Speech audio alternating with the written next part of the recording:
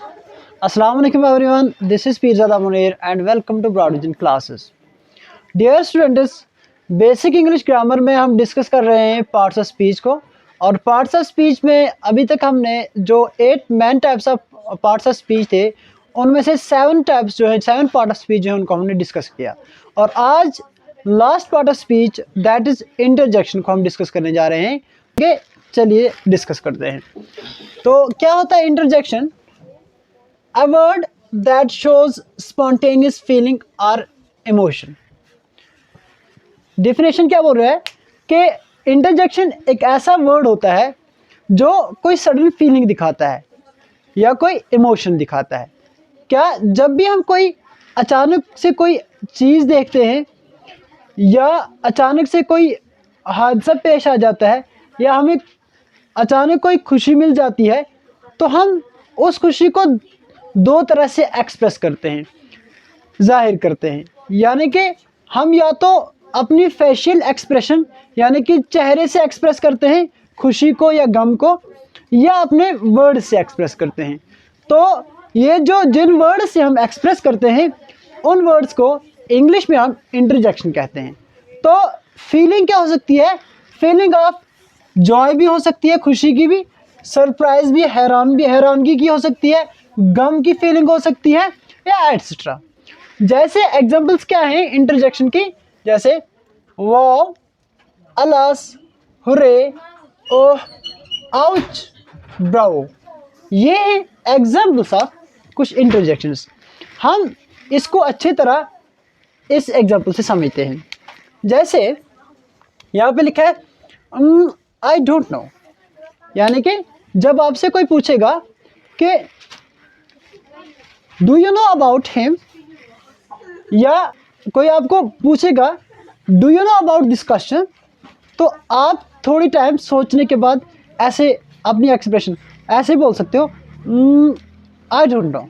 यानी कि जो लगता है ये एक एक्सप्रेशन है इसकी कि आप इसका आंसर नहीं जानते हो। तो इस एक्सप्रेशन को हम क्या कहते हैं? ये एक इंटरजेक्शन है।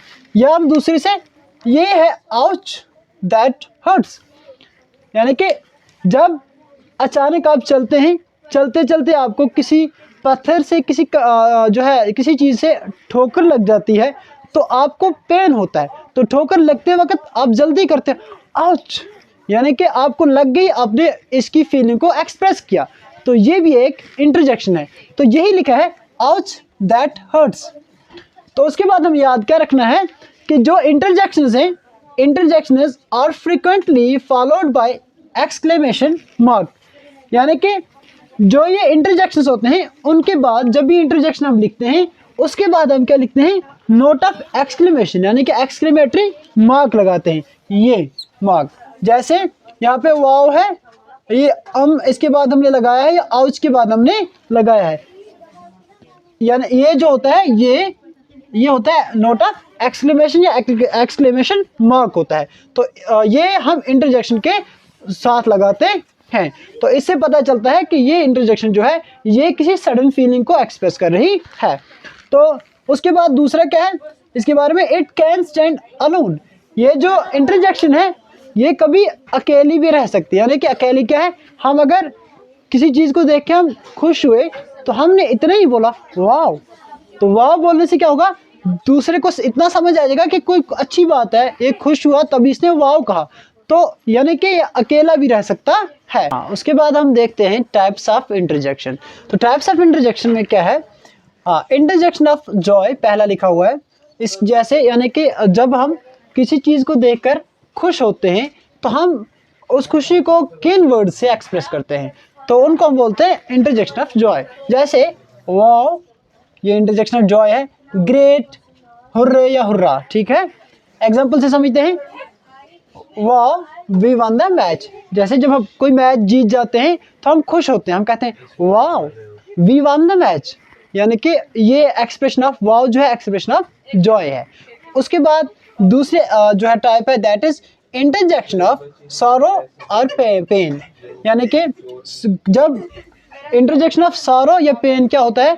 जब इंसान को कोई बुरी खबर सुनता है, कोई गम होता है या कोई पेन होता है, उस वक्त जो वर्ड्स हम यूज़ करते हैं उनको हम बोलते हैं इंटरजेक्शन ऑफ सारो। जैसे अलास, आउच, ओह, ये और भी इसके एग्जाम्पल्स हैं ये। उसके बाद क्या है, इसके एग्जाम्पल से समझते हैं अलास व्हाट हैपन्ड। जैसे कभी कुछ हो जाता है अचानक, कुछ बुरा सा हो, बुरी खबर हम सुनते हैं तो हम कहते हैं अलास व्हाट हैपन्ड। तो ये जो है ये एक इंटरजेक्शन ऑफ सारो है। उसके बाद हम देखते हैं इंटरजेक्शन ऑफ प्रेज और अप्रूवल, यानी कि ऐसे वर्ड्स जिससे हम किसी की तारीफ करते हैं। जैसे brilliant, Bravo, well done, please, sure. Example क्या है, ब्रावो, यू डिड ग्रेट। हम कोई अच्छा काम करता है तो हम उसको अप्रिशिएट करते हैं, यानी कि हम उसकी तारीफ करते हैं। हम कैसे कहते हैं, ब्रावो, यू डिड ग्रेट। तो ब्रावो जो है ये एक इंटरजेक्शन ऑफ प्रेज है। उसके बाद हम देखते हैं एक और टाइप, उसके बाद एक और टाइप ऑफ इंटरजेक्शन है and that is interjection of regret. क्या होता है इंटरजेक्शन ऑफ रेग्रेट, जिसमें ऐसे वर्ड्स जिसमें हमें एक्सप्रेशन ऑफ रिग्रेट यानी कि पछतावा होता है, उस वक्त हम कोई चीज़ जो एक्सप्रेस करते हैं जिन वर्ड से, उसको हम कहते हैं इंटरजेक्शन ऑफ रिग्रेट। हम देख लेते हैं जैसे एग्जांपल्स, ओह, ओप्स, नो। और इसकी एग्जांपल ऐसे समझते हैं, oops, I forgot it again. यानी कि जब कोई चीज़ एक बार भूली और दूसरी बार फिर भूल गई तो हम ऐसे कहते हैं, oops, I forgot it again, यानी कि मैं दोबारा इसको भूल चुका हूँ। तो ये ओप्स जो है ये इंटरजेक्शन ऑफ, ये एक मिस्टेक है। उसके बाद हम क्या दूसरी एक इंटरजेक्शन देखते हैं, interjection of attention. Interjection of attention क्या होता है, जब ऐसे वर्ड्स जब हम किसी की अटेंशन यानी कि किसी का ध्यान अपनी तरफ करवाते हैं तो उस वक्त हम कुछ वर्ड्स यूज़ करते हैं, उनको हम कहते हैं इंटरजेक्शन ऑफ अटेंशन। जैसे श, लुक, लिसन। एग्जाम्पल से समझते हैं, आई एम स्टडिंग। हम क्या बोलते हैं, जब हम पढ़ रहे होते हैं, कोई बातें करता है तो हम उसको इशारा करते हैं, आई एम स्टडिंग, यानी कि हम उसको कह रहे हैं कि मैं पढ़ रहा हूँ, आप चुप करो।